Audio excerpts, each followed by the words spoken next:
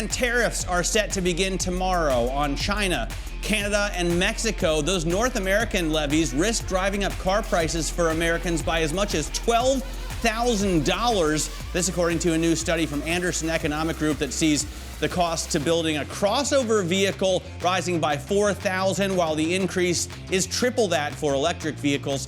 Tariffs are expected to affect some of the industry's most recognizable and best-selling models, including the Chevrolet Silverado pickup and Ford's Bronco Sport SUV. Katie? All right, let's stay on that tariff story. One of the big stories of the morning. Joining us now is Brendan Murray. He heads up our global trade coverage over at Bloomberg News. And Brendan, we know that, of course, 10% tariffs were enacted on China. But you think back to the last episode with Canada and Mexico. We got that last-minute delay. As we count down to March 4th, is there any possibility that we'll see something similar this time around? Yeah, I think there is, and it's it's being reflected in some of the things that we're hearing the administration say over the weekend.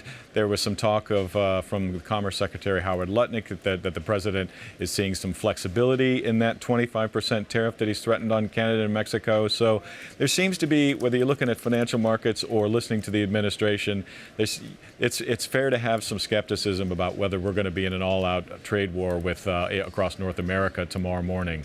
That said, there could be some sort of tariffs. Maybe they start off at a low level and say that's going to increase over time, or they target specific products to say that will just be the start of it if Canada and Mexico don't carry out the fentanyl crackdown and the border security issues that the U.S. wants them to do. So it feels like there's a deal to be had, but whether we can reach that by midnight tonight, we just don't know yet.